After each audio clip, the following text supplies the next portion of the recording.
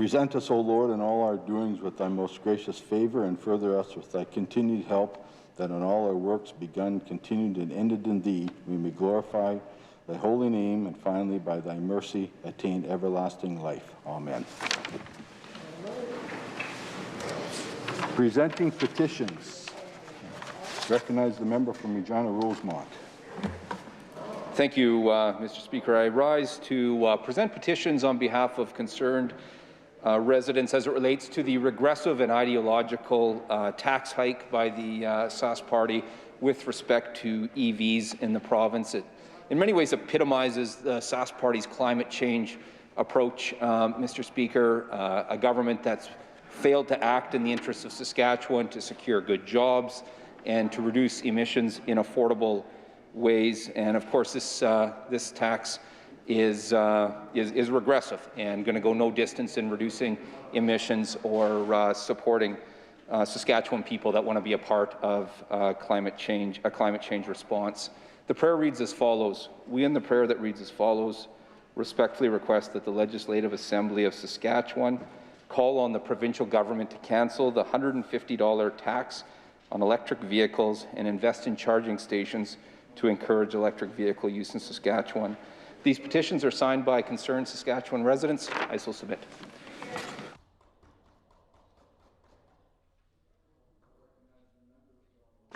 Regina Douglas Park. Thank you, Mr. Speaker. I rise today to present a petition to the Government of Saskatchewan calling for pay equity legislation. Mr. Speaker, the individuals signing this petition wish to bring to our attention the following. Saskatchewan is one of only 4 provinces that does not have pay equity legislation. Saskatchewan has one of the highest gender wage gaps in Canada, which is the result of systemic gender discrimination and compensation for work that must be corrected with pay equity legislation. And that while pay equity advocacy primarily seeks to address gender-based wage discrimination, it must also be mindful of ability, age, identity, and race-based wage discrimination. I'd like to read the prayer. We in the prayer that reads as follows respectfully request that the Legislative Assembly of Saskatchewan call on the Government of Saskatchewan to introduce pay equity legislation.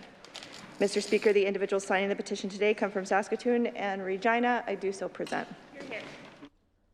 Recognize the member from the Battlefords. Thank you, Mr. Speaker. I rise today on behalf of Saskatchewan citizens who are opposed to Bill C-10, put forward by the Federal Minister of Heritage.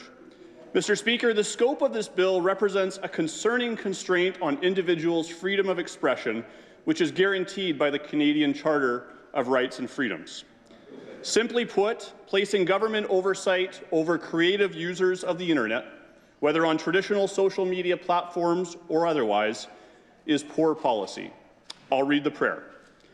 We in the prayer that reads as follows respectfully request that the Legislative Assembly of Saskatchewan call on the federal government to stop Bill C-10 from proceeding, or at the very least make amendments to stipulate that all creative internet content generated by Canadians will be exempt from any regulatory supervision by federal government agencies. Mr. Speaker, this petition is signed by citizens of Lumsden and Regina. Recognize the member from Saskatoon Fairview. Thank you, Mr. Speaker. I rise once again today to present a petition regarding Hemlibra coverage. Selena and Darren Moody have 2 boys with severe hemophilia A. For them, access to Hemlibra would be life-changing. Throughout their lives, they have taken numerous trips to the ER and spent many nights in the hospital. However, nothing could prepare them for when their youngest boy was diagnosed with a massive brain hemorrhage due to complications with hemophilia. At only 5 days old, a broken blood vessel caused major internal bleeding that continued to bleed due to a lack of clotting factor. He required invasive brain surgery and suffered a massive stroke. Miraculously, he's a happy, functioning boy today. If administered, Hemlibra would have given their son the increased factor levels that would have avoided this entirely. Hemlibra is a major breakthrough in the treatment of hemophilia that is currently being utilized in countries around the world while we wait for access in Canada. I'd like to read the prayer. We in the prayer that reads as follows respectfully request that the Legislative Assembly of Saskatchewan call on the Minister of Health to work with the federal government to seek rapid approval of Hemlibra so that people with severe hemophilia A can have access to this therapy immediately. I have pages and pages of this petition today, Mr. Speaker, signed from individuals across the province. I do so present. I recognize the member from Saskatoon University. Thank you, Mr. Speaker. I'm pleased to present a petition today calling for the government to save our swales. The signatories would like to bring our attention to the following points. The provincial government is neglecting its environmental protection duties to adequately protect wild species, habitats, and ecosystems of local, regional, national, and global significance. Lack of adequate protection is leading to a decrease in many types of wildlife habitat, particularly grassland habitat, declines in species, populations, and health, and a loss of local, regional, and national biodiversity. Highways impact ecosystems through fragmentation, but assessments of their environmental impacts are only done for site-specific boundaries, ignoring their regional and cumulative impacts. I'll read the prayer. We in the prayer that reads as follows, respectfully request that the Legislative Assembly of Saskatchewan call on the provincial government to 1. Suspend planning for the Saskatoon Freeway and development around the swales until a regional cumulative effects assessment has been completed. 2. Update the Wildlife Act and expand the list of wild species protected by provincial regulation. 3. Recognize the swales as important ecological habitat and designate them as protected areas. And 4. Ensure adequate long-term funding for research, management, and enforcement to protect the swales for generations to come. Mr. Speaker, the petition today is signed by people from Saskatoon. I do so present. I recognize the member from Saskatoon Centre. Mr. Speaker, I rise again today to present a petition to reject the proposed Lambert-Peat Moss development. Many good residents, local trappers, traditional land users, and leaders are opposed to the proposed peat moss mine near L'Orange. The Lac L'Orange Indian Band is also opposed. People have drafted a petition to let their concerns be known. More than 20,000 people have signed an online petition. I'll read the prayer. We in the prayer that reads as follows, respectfully request that the Legislative Assembly of Saskatchewan call on the provincial government to protect the boreal forest and reject the proposed Lambert-Peat Moss development. This petition is signed by many good people in Saskatoon, Saskatchewan. I so present.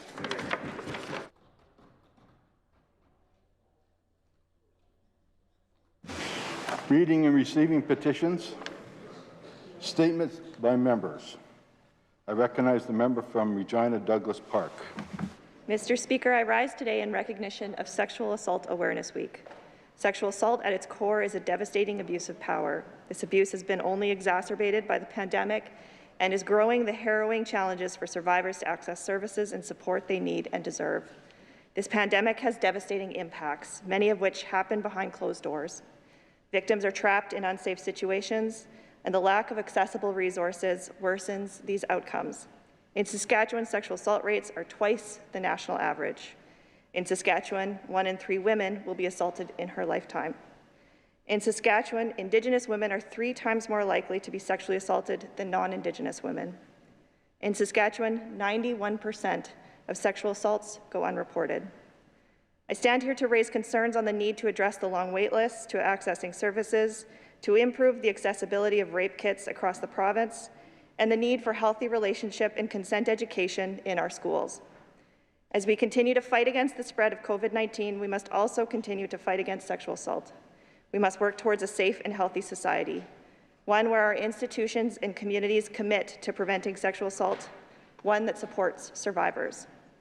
To the workers who support survivors, to those who prevent assault, and to all survivors of sexual assault, we hear you, we see you, and we will continue to fight for you. Recognize the member from Swift Current. Thank you, Mr. Speaker. I rise today to extend my appreciation to 3 RCMP officers who were recognized last month in front of Swift Current City Council for their recent heroic efforts. Constable Rennie, Constable Leclerc, and Constable Muntz were involved in back-to-back rescues, and because of their efforts, 2 residents are still with us today. Mr. Speaker, the first rescue took place when Constable Muntz was at home and off duty. He heard a collision happen in his back alley and immediately ran to the crash site to help. He pulled an unresponsive male out of the vehicle that had crashed and immediately began CPR. Soon, Constables Leclerc and Rennie arrived, and the trio were able to get the victim back to breathing on his own.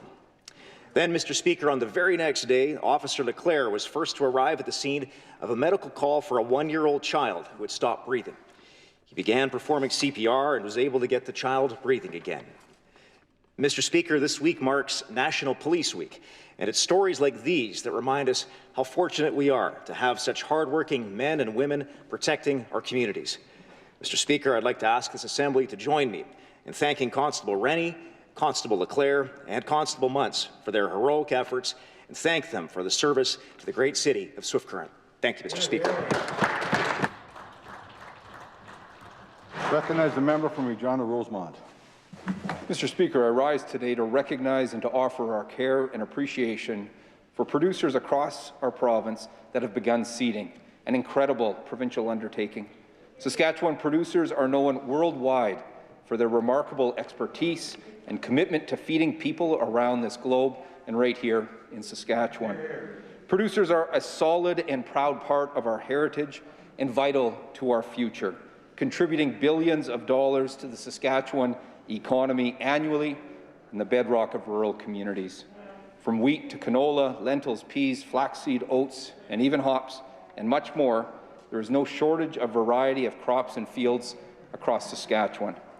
Whether these crops stay here at home or are exported, one thing is for sure, the quality of those crops will be unmatched. Producers take on great risk and are at the mercy of the elements. The current drought conditions for many are worrisome. Producers know what's at stake. It is time this government shows up for producers and fixes agri-stability to ensure a foundation of support, because producers have always shown up for the people of this province. We know the economic recovery out of this pandemic and growing this province's prosperity depends on our producers and our farms. I ask all members of this Assembly today to join with me in thanking producers across Saskatchewan for their extraordinary contributions and wishing them all a safe and prosperous year. Thank you, Mr. Speaker. Recognize the member from Cutknife, Tilford. Thank you, Mr. Speaker. The Northwest Terminal in Unity celebrates a significant milestone this year, Mr. Speaker. The Northwest Terminal turns 25. In 1993, a collection of 500 shareholders, a majority of which were farmers from the area, incorporated and began the Northwest Terminal. Operations began as an inland grain terminal in June of 1996 with a 32,000 metric ton storage capacity. Mr. Speaker, between the years of 1997 to 2001, additions including a high-capacity dryer, a rail expansion from 52 to 104 car spots, an additional 31,000 metric ton of storage was built, and 2 high-speed cleaners were added. In 2005, construction of a 25 million litre bioproducts facility began, and an additional 400 shareholders were added. The Northwest Bioenergy Limited started operations in 2009. Mr. Speaker, between the years of 2006 and 2015, a density separator, a locomotive, 2 color sorters, along with another rail expansion from 104 to 150 car spots, including a rail extension to CP and CN Railway, were added. In 2020, Northwest Bioenergy amalgamated with the Northwest Terminal, forming Northwest Pure Alcohol and Spirits. Mr. Speaker, from humble beginnings to what it is today, the Northwest Terminal now has an astounding 63,000 metric ton capacity, one of the largest grain facilities in Western Canada. Mr. Speaker, I would now like to ask all members of the Assembly to join me in congratulating the Northwest Terminal on their 25th anniversary. Thank you. Recognize the member from Regina Coronation Park. Mr. Speaker, I stand today in this chamber to recognize the great work of the Guru Nanak Free Kitchen in Regina. Named after the founder of the Sikh faith, this free kitchen embraces his teachings, namely sharing with others and helping those who are in need. Mr. Speaker, Guru Nanak Free Kitchen was founded by Sandeep Singh almost 3 years ago with the Sikh Society of Regina. It now comprises a board of directors and numerous volunteers, including Jagandeep, Amar, Georgit, Hamjutla, and Sandeep. Whether it's raining or shining, hot or cold, and even a pandemic, you'll find this free kitchen on the corner of Dooney and Angus every Sunday serving food to those in need, as well as serving those in quarantine and isolation. So far, serving over 140,000 meals in 3 years, or 800 people every Sunday. In the pandemic, they have distributed 8 full semi-loads of food. Mr. Speaker, it doesn't stop there. Sandeep and the Free Kitchen love to get involved with local initiatives such as tree planting, billboards supporting frontline workers, Remembrance Day, wreath-laying ceremonies, and last weekend was no exception when I volunteered with the Premier and member from Regina Pasqua. Mr. Speaker, the Sikh community was touched and grateful and wanted to acknowledge Saskatchewan's donation of 100 ventilators. Mr. Speaker, I now ask all members today to join me in thanking the Guru Nanak Free Kitchen and the Sikh Society for giving back. They embody our province's motto, from many people's strength. Thank you. Hear, hear.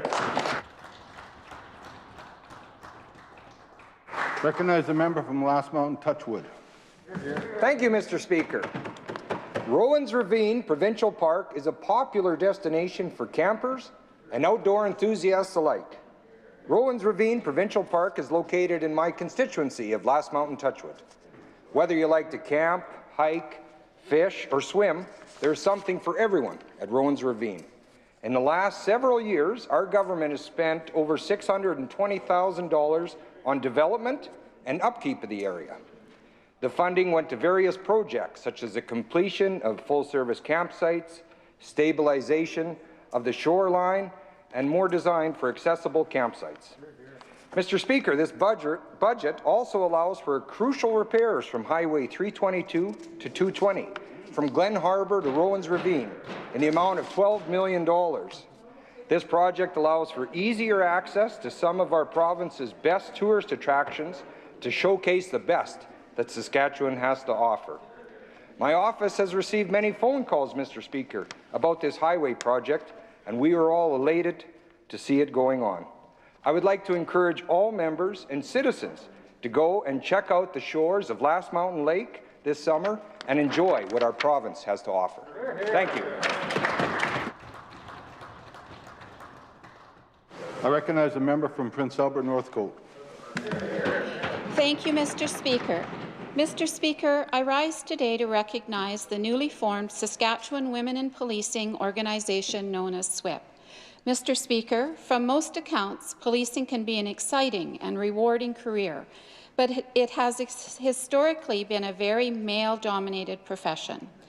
The newly elected president of SWIP, Lisa Simmons from Prince Albert, told reporters barriers can exist within policing for women when they seek advancement or promotions within their organizations. She described this organization as being the connection, the mentorship, the female-centric training that will support female members in policing and also provide the opportunity to educate and break down existing barriers. Mr. Speaker, the goal is to encourage more women to choose policing as a career option. There are currently 8 board members in SWIP with representation from city police forces in Saskatchewan, as well as the RCMP. Members report they have received overwhelming support from police organizations throughout the province. Mr. Speaker, I now ask that all members join me in congratulating women in policing in Saskatchewan for the announcement of SWIP, and to thank all members for the work they do, from educating, breaking down barriers, to keeping our communities safe. Thank you. Question period. I recognize the Leader of the Opposition. Thank you, Mr. Speaker. When we're building our schools, our roads, our power plants, we build them with our dollars, and we should have our workers on the job, Mr. Speaker. It's just common sense. But that's not what happened at the $600 million Chinook power plant in Swift Current. In a rare moment of honesty, the Premier admitted that of that $600 million, only 120 stayed in the province. 80% of the money left the province to a foreign company. Now the Sask Party is spending $800 million to have that same Kansas City company build a power station near Moose Jaw. Mr. Speaker, why did the Sask Party make the same mistake twice and hand this contract to a company known for sending jobs and profits out of the province? recognize the Premier. Mr. Speaker, this government has been working very hard to invest in our Saskatchewan communities, in our Saskatchewan infrastructure, Mr. Speaker, infrastructure that was, for the most part, neglected for 16 years under an NDP government in this province, Mr. Speaker, whether that be schools, Mr. Speaker, which they closed 176 of them, whether that be hospitals, which they closed 52 of them, whether that be highways, Mr. Speaker, which previous, I believe, Deputy Premier of the day had told Saskatchewan people to go out and fix their own. Mr. Speaker, we are building highways in this province.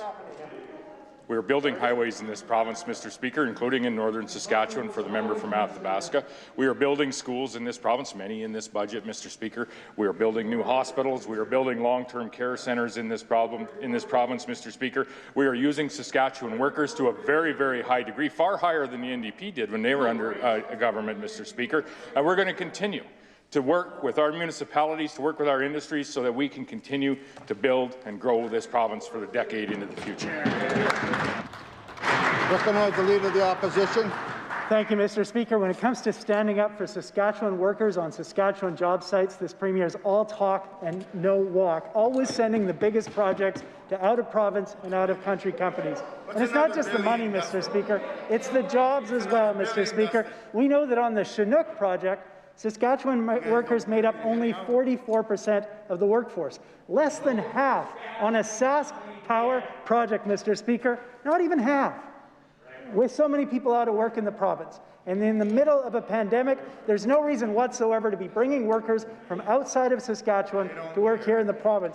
Will the Premier commit today that all of the workers on this plant, will the Premier commit today, might want to listen, that all the workers on this plant will be from Saskatchewan, local qualified workers? Recognize the Premier. Mr. Speaker, on that particular project, Mr. Speaker, there was no Saskatchewan bidder. Mr. Speaker, that was one of the first natural gas plants that have been built in a number. One of the first natural gas plants that is. Mr. Speaker, that was one of the first natural gas plants that has been built in many years here in this province, Mr. Speaker. Another going into Moose Jaw. Mr. Speaker, my understanding is that Sask Builds has engaged with Sask Power on the Moose Jaw project, Mr. Speaker. Buckley, you've been here 2 days. Relax.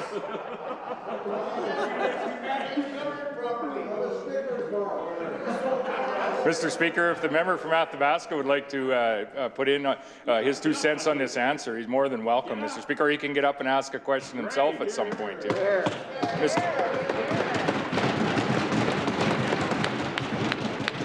Mr. Speaker, but the fact of the matter remains, Mr. Speaker. Saskatchewan is investing not only in natural gas plants, looking at investing in refurbishing our generation technology to make sure it's affordable for Saskatchewan people. Make sure, Mr. Speaker, that we are lowering our emissions ratio across our generation fleet, Mr. Speaker. And when we are building these projects, like we are doing in Moose Jaw today, Sask Builds is engaging with Sask Power, engaging with many of the local tradespeople, Mr. Speaker, to ensure that where they are able to participate in this project, they most certainly are going to be able to do. Recognize the Leader of the Opposition. Mr. Speaker, this government's policy has simply been to bypass Saskatchewan workers over and over again when it comes to public projects. This Premier has pointed out that his infrastructure, he tries to tell us this infrastructure plan is somehow a substitute for a proper jobs plan for Saskatchewan. But without Sask First procurement, it's not a jobs plan for Saskatchewan. It's a jobs plan for Paris, for Montreal, for Kansas City, for anywhere but Saskatchewan, Mr. Speaker. We're 13,000 jobs down from the beginning of the pandemic. And many in the trades have been seeing far too little work for years on end. Mr. Speaker, this project needs pipe fitters, welders, iron workers, scaffolders, laborers, millwrights. There are local qualified Saskatchewan workers who could do this job, not less than half of the people who can be on the job, Mr. Speaker. What's the Premier going to do differently this time to make sure that our money stays in Saskatchewan and we have Saskatchewan workers on the job? Recognize the Premier. Well, the first thing that we're going to make every effort to do this time and every time is ensure that an NDP government is never elected in this province.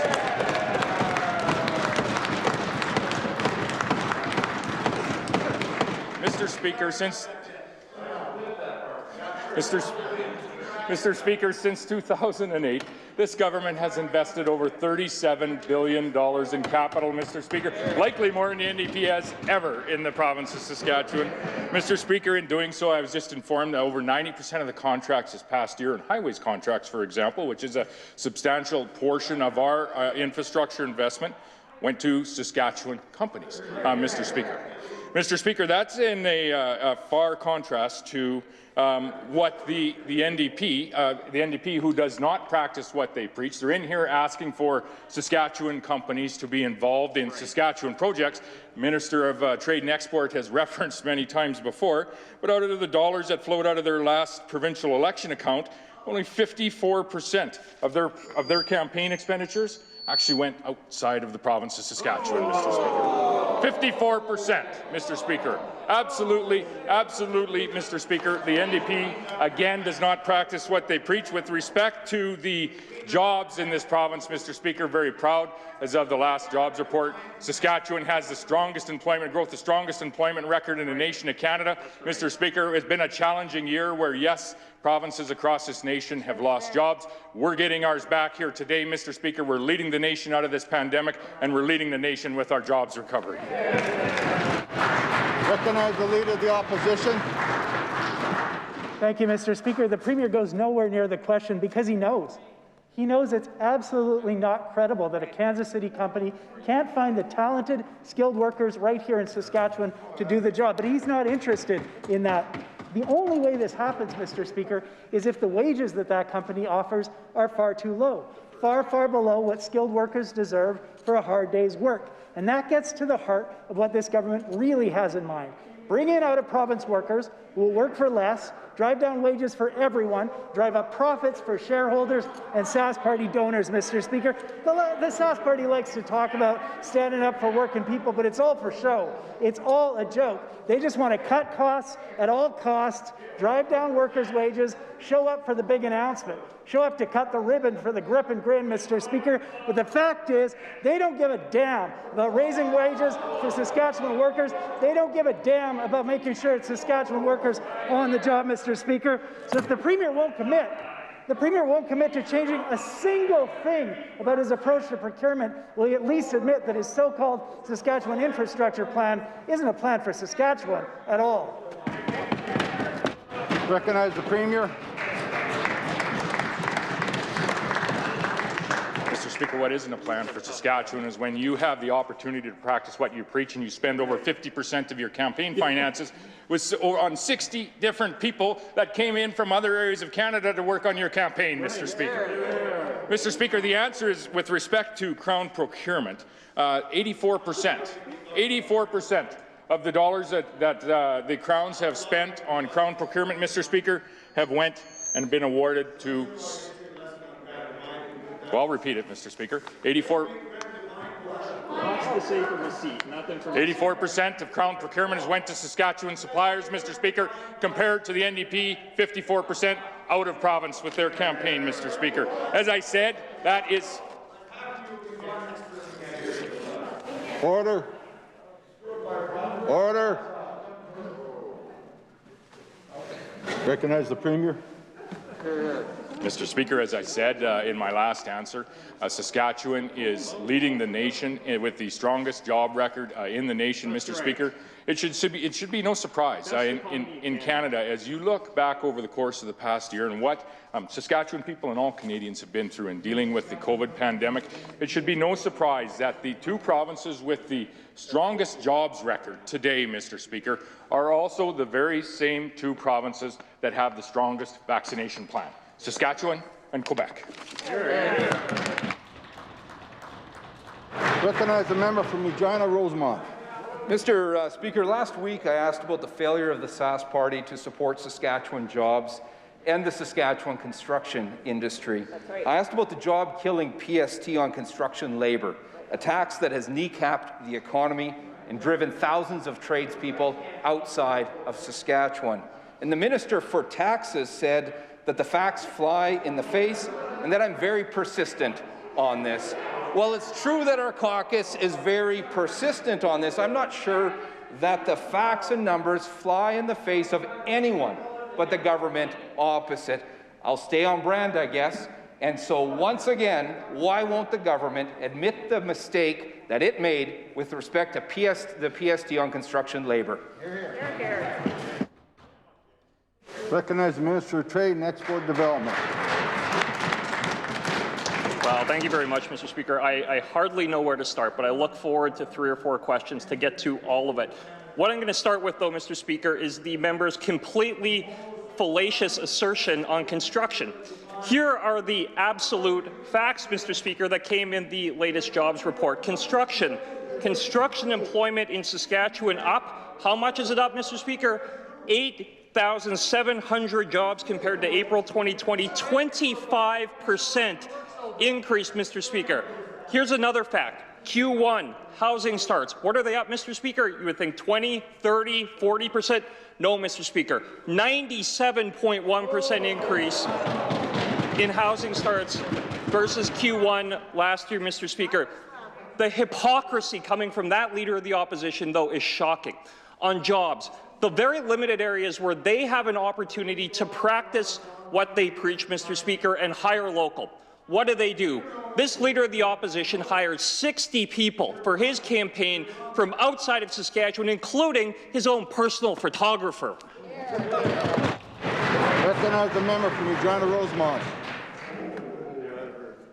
That member's hyperbole would be laughable in this Assembly if his record wasn't so damaging for Saskatchewan people, Mr. Speaker. And you know that the minister responsible for taxes used to lead tax revolts and when she was a member of the official opposition. Now she sits comfy on the front benches of that Sask Party government, taxing our economy and the construction industry into submission and into recession. Let's go over the numbers once again. Construction permits increased 56% nationwide year over year, from $7 billion to $11 billion across Canada. But Saskatchewan's construction permit value fell by 12%, the only province in Canada to see a decline. And before she recites us the same welcomed short list of the investments that are being made by industry, I'll remind her that the construction industry has taken the hardest hit, 1/5 of what it was last year. So to the Finance Minister, when will she choose to give this industry a boost and kill the PST on construction labour? I recognize the Minister of Trade and Export Development. Well, thank you very much, Mr. Speaker. I want to thank the member responsible for sitting in opposition now for 14 years, the longest member of his party ever to be sitting over there for that question. And once again underline, Mr. Speaker, the fact that he is completely and utterly wrong. Construction employment is up 25%, Mr. Speaker, over the course of the last year, contributing to what is the strongest economy in the entire country, the lowest unemployment rate in Canada, job growth, Mr. Speaker, of 9,500 on a month where the entire country of Canada lost 200,000 jobs, over 200,000 jobs. This province gained 9,500. Why is that, Mr. Speaker? Because our job creators are out there working hard, creating employment, generating investment, making investments, Mr. Speaker. And why are they doing that? Because they're not locked down, which is what those members want. Recognize the member from Regina Rosemont. Mr. Speaker, the question was for the Minister of Finance. That minister, though, couldn't be more out of touch with Saskatchewan people and the reality they face. The fact of the matter is they stuck this economy in recession with their PST on construction labour. And the fact of the matter is that this industry is now facing additional barriers as well with respect to the increases to the cost of construction materials over the course of the pandemic. Contractors have to spend more to take home less, and homeowners get less with their home reno tax credit, while paying even more. It's been a few rough years for the construction industry in this province under the Sask Party's tax hike. They can do something here today that will send the right signals and that will go a long way. Will the minister axe this tax and get this economy humming by summer? Recognize the Minister of Trade and Export Development. Well, you want to talk about out of touch, Mr. Speaker. Those members who are standing up day after day advocating for the shutdown of the economy, and then, Mr. Speaker, to say somehow that more people need to be at work, that shows out of touch. I'm going to have more to say about out of touch, the Leader of the Opposition, Mr. Speaker. On construction, though, housing starts. How much are housing starts up, Mr. Speaker? 97% over the course of the last year. And on top of that, Mr. Speaker, they've been running down our forestry sector, saying somehow the forestry sector is doing too good. Mr. Speaker, we are not going to apologize for a second for how well that forestry sector is doing, which has gone through some very difficult times over the course of the last 10 years for reasons that are beyond their control. They're doing very well, and on this side of the House, we are very happy about that, Mr. Speaker. Those members who couldn't be more out of touch, that Leader of the Opposition coming in here day after day after day, demanding lockdown, shutdown, circuit breakers, whatever he wants to call it, Mr. Speaker, he has been dead wrong on that. Recognize the member from Saskatoon, Fairview. Well, the minister knows that's factually incorrect, Mr. Speaker. Mr. Speaker, it's a long-standing practice that government and opposition work together to decide how to allocate the 75 hours of committee to scrutinize the budget. This work of committee is important, and never more so than during a global pandemic. So imagine my surprise when I learned that this government was cutting the time allocated to scrutinize health spending and the pandemic response by 3 hours. I wrote to the Minister of Health just yesterday to ask why, in the middle of a pandemic, when we've led the country in COVID-19 numbers for most of 2021, that this government chose to limit the opportunity to ask questions on seniors, mental health, and the ongoing COVID-19 crisis. I moved a motion to have these 3 hours considered at the Human Services Committee yesterday, and they shut it down. If they're not trying to hide, if they're not trying to dodge accountability, why are they limiting opportunity for public questioning on their COVID-19 response? I recognize the Minister of Trade and Export Development. Thank you very much, Mr. Speaker. You want to talk about out of touch? Stand up and ask about committee hours and question period. Mr. Speaker, I'm happy to address the substance of the question. The reality is that there are 75 hours allocated for the review of the spending estimates per the standing orders and the rules and procedures of the Assembly. Those 75 hours have been allocated, Mr. Speaker. We're looking forward to the final 372 hours having already been undertaken, the final 3 being undertaken tomorrow for Executive Council estimates, Mr. Speaker. But I'll tell you what real people care about. They don't care about committee hours. What they care about is getting their vaccination, Mr. Speaker. We've had the best vaccination rollout in the entire country. What they care about, Mr. Speaker, is when life can go back to normal. Mr. Speaker, the first province in the country to put forward a reopen plan that gives a clear understanding of when we can go back to normal. Mr. Speaker, they want to talk about lockdowns and committee hours. That's not where real people are at. Recognize the member from Saskatoon, Fairview. Mr. Speaker, this isn't about us. Over 500 people have died in this province. That minister ought to show some contrition. Mr. Speaker, if the government was committed to getting it right, it would also be committed to transparency and accountability. 8 hours, that's the amount of time this government gave to the people of Saskatchewan to have their questions on the pandemic answered.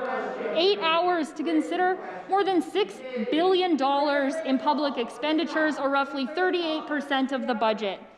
Our legislature has already been highlighted as one that's done the least amount of work during the pandemic. We have one of the least transparent access to information systems in the country. And this government refused to convene the Human Services Committee for special consideration on the pandemic response.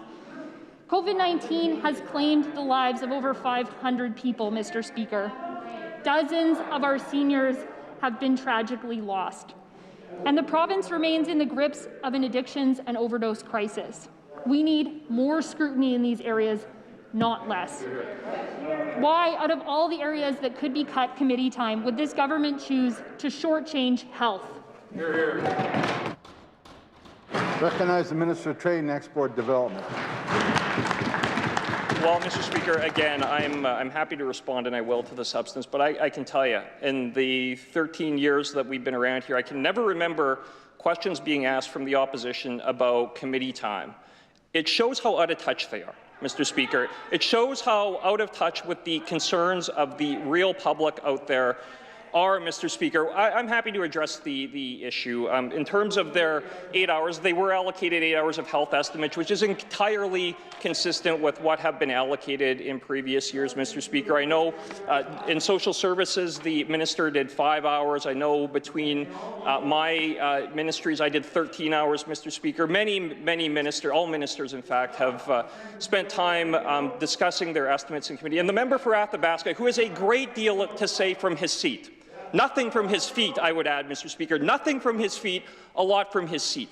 Mr. Speaker, the reality is that the members opposite are going to be allocated 75 hours to ask questions. In addition to that, they have written questions, Mr. Speaker, of which they've only asked a tiny handful, I would add, and they have question period every day. There's plenty of opportunity for their questions to be asked and responded to. Recognize the member from Regina Douglas Park. Mr. Speaker, yesterday the Justice Minister seemed to be of two minds. On the one hand, he rejected the call we've been making for more than a week to increase the penalties for organizing anti-mask, pro-COVID rallies. He said those were unnecessary and that fines don't provide deterrence. Then, in the same breath, the minister pointed to his government's increase in fine ceilings as proof that his government is taking this seriously. I'm confused, Mr. Speaker. The minister can't have it both ways. Does the minister think that fines should be a deterrent for these protests or not? Recognize the Minister of Justice. Mr. Speaker, here's the reality, Mr. Speaker. Police and our public health officials have a full suite of available remedies, Mr. Speaker, for those that break our public health orders, Mr. Speaker. But here's the fact, Mr. Speaker. There's a few individuals in this province that have cumulative fines over $10,000. And that's not acting as a deterrent for them to continue to do the work they're doing, Mr. Speaker, to continue to avoid compliance with our public health orders, Mr. Speaker. We know the police will continue to do the work that they do, and as the member knows, I don't tell the police how to do their job, Mr. Speaker, but I can tell you this.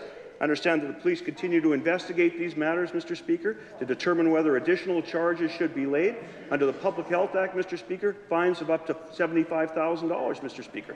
And, Mr. Speaker, when the member brought forward her amendment, she wanted amendments to the Emergencies Act, Mr. Speaker, when she well knows that all the charges that are being brought, all the fines that are being levied, are under the Public Health Act, Mr. Speaker. So in any event, any changes that she would have recommended to the Emergencies Act wouldn't have had any effect, Mr. Speaker. We'll continue to rely on the good work of our police services and our public health officials, Mr. Speaker, to continue to enforce the fines and remind everyone to comply with the public health orders, Mr. Speaker, and to get vaccinated. Recognize the member from Regina Douglas Park. Mr. Speaker, the minister and I may both be from the city, but even I know that you can't ride two horses at once. Despite the mixed messages and contradictions from the Minister of Justice yesterday, one thing is clear. The $2,800 fines this government has been handing out aren't deterring these pro-COVID rallies that are putting us all at risk. Yesterday, the minister said, quote, a large number of penalties and provisions available under the law to deter people from attending and from promoting these events, end quote, going on to list the various acts. But the only fines given out have been for $2,800, not the $75,000 that the minister just pointed to. Asking the anti-maskers nicely to follow the orders or pay paltry fines issued is not working. Right. Later today, I'll be presenting a bill to fix this, for real this time. Will the minister finally agree to introduce mandatory minimum fines for the organizers of these rallies, if for nothing else to help cover off the cost to our healthcare system for all the COVID cases they're spreading? Recognize the Minister of Justice. Mr. Speaker, as I mentioned in my last answer, Mr. Speaker, we understand that the police continue, Mr. Speaker, to investigate these matters, Mr. Speaker. Potentially additional charges could be laid against any of these individuals under the Public Health Act with fines up to $75,000, Mr. Speaker. Member knows how this works, Mr. Speaker. We don't tell the police what to do. We don't tell them what the fines are going to be. We expect them to enforce the law, Mr. Speaker, to do what's necessary to enforce, to make sure people comply with the public health orders, Mr. Speaker. That's how we're going to get through this pandemic, Mr. Speaker, and to have everyone get out and get their vaccine, Mr. Speaker. But as the member knows, Mr. Speaker, any of the changes that she would have suggested would have had no effect with respect to the enforcement of the orders to date, Mr. Speaker. And in fact, Mr. Speaker, without even having seen a copy of her bill, Mr. Speaker, we can't comment on it, Mr. Speaker. With 3 days left in the Assembly, Mr. Speaker, she's put herself in a very difficult position. Yes.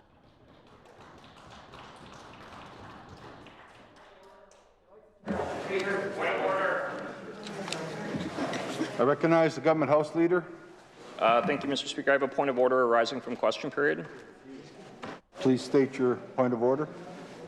Mr. Speaker, during question period, the member for Regina Rosemont repeatedly referred to the Deputy Premier, who I might add is the longest-serving female cabinet minister in this country and an esteemed member of this House, repeatedly referred to her in a disparaging way and did not use the proper title. This is obviously entirely out of order, and I would ask, Mr. Speaker, that you rule that such and have the member for Regina Rosemont withdraw his comments and apologize. I recognize the Opposition House Leader. Thank you, Mr. Speaker. I was also listening closely during question period. I think the minister's interpretation of treating the minister disparagingly is not well founded. I did hear the member say Minister for Taxes. I could understand how he might get confused between the Minister for Finance and the Minister for Taxes under the current environment, Mr. Speaker. But I did hear that language, but I did not hear any disparaging comments toward the Deputy Minister. Thank you to the House Leaders. I'll take it under advisement and we'll rule another day.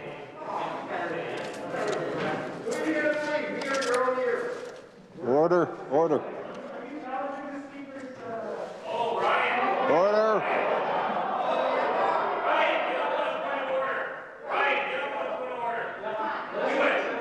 Order.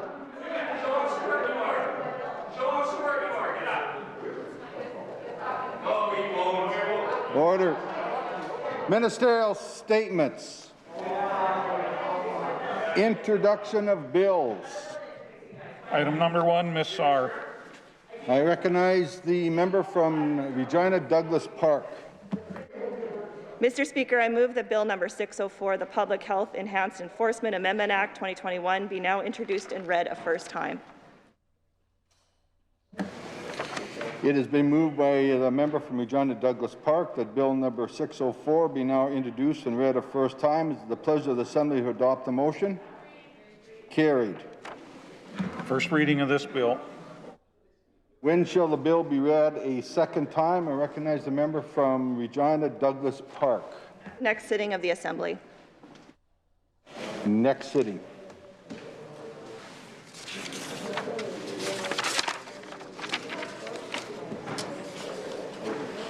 Presenting reports by standing and special committees. I recognize the Chair of the Standing Committee on Human Services.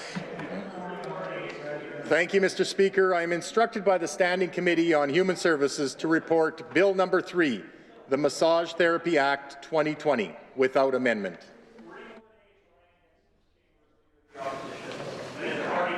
When shall this bill be considered in Committee of the Whole on bills? I recognize the Minister of Health.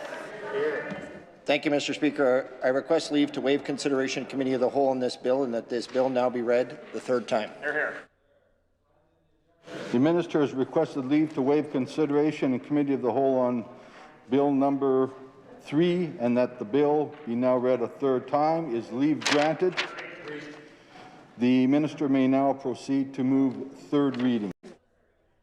It has been moved by the Minister that Bill number 3 be now read the third time and passed under its title. Is Assembly ready for the question? Is it the pleasure of the Assembly to adopt the motion? Carried. Third reading of this bill. Third reading. I recognize the Chair of the Standing Committee on Human Services. Thank you, Mr. Speaker. I am instructed by the Standing Committee on Human Services to report Bill number 19, the Human Resources Profession Act with amendment. When shall this bill be considered in Committee of the Whole on bills? I recognize the Minister of Crown Investment Corporation. Mr. Speaker, I request leave to waive consideration in Committee of the Whole on this bill, and that the bill and its amendments be now read the third time. The Minister has requested leave to waive consideration in Committee of the Whole on Bill number 19, and that the bill and its amendments be now read the third time. Is leave granted? When shall the amendments be read a first time? Mr. Speaker, I move that the amendments be now read a first and second time. It has been moved by the Minister that the amendments be now read a first and second time. Is it the pleasure of the Assembly to adopt the motion? Carried. First and second reading of the amendments. The Minister may now move third reading. Speaker, I move that the bill be now read the third time and passed under its title. It has been moved by the Minister that Bill number 19 be now read the third time and passed under its title. Is the Assembly ready for the question? Is it the pleasure of the Assembly to adopt the motion? Carried. Third reading of this bill. Third reading. I recognize the Chair of the Standing Committee on Human Services. Thank you, Mr. Speaker. I am instructed by the Standing Committee on Human Services to report Bill number 20, the Publicly Funded Health Entity Public Interest Disclosure Act 2020 with amendment. When shall this bill be considered in Committee of the Whole on Bills? I recognize the Minister of Health. Thank you, Mr. Speaker. I request leave to waive consideration Committee of the Whole in this bill, and that this bill and its amendments be now read a third time. The Minister has requested leave to waive consideration in Committee of the Whole on Bill number 30, and that the bill and its amendments be now read the third time. Is leave granted? When shall the amendments be read a first time?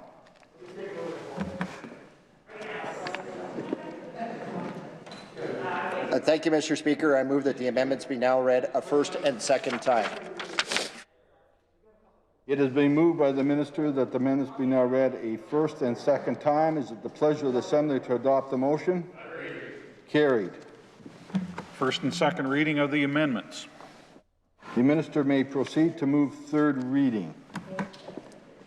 Thank you, Mr. Speaker. I move that this bill be now read the third time and passed under its title. It has been moved by the Minister that Bill number 20 be now read the third time and passed under its title. Is it the pleasure of the is the Assembly ready for the question? Is it the pleasure of the Assembly to adopt the motion? Carried. Third reading of this bill. Third reading. Gee.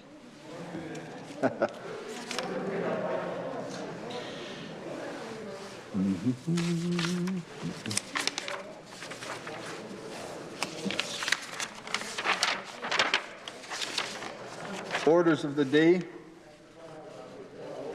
Written questions. Item number 1, question number 19, asked by Mr. Miley. I recognize the Government Whip. Thank you, Mr. Speaker. I wish to order the answer to question number 19.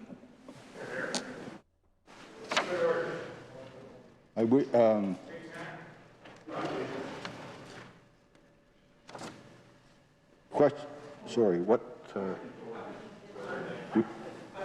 The question is ordered. Item 2, question number 20, asked by Mr. Miley. I recognize the Government Whip. Thank you, Mr. Speaker. I wish to order the answer for question number 20. The question number 20 is ordered. I recognize the Government House Leader. Thank you very much, Mr. Speaker. I move that this House do now adjourn. The Government House Leader has moved that the House do now adjourn. It is a pleasure of the Assembly to adopt the motion. Carried. House stands adjourned till 1:30 tomorrow.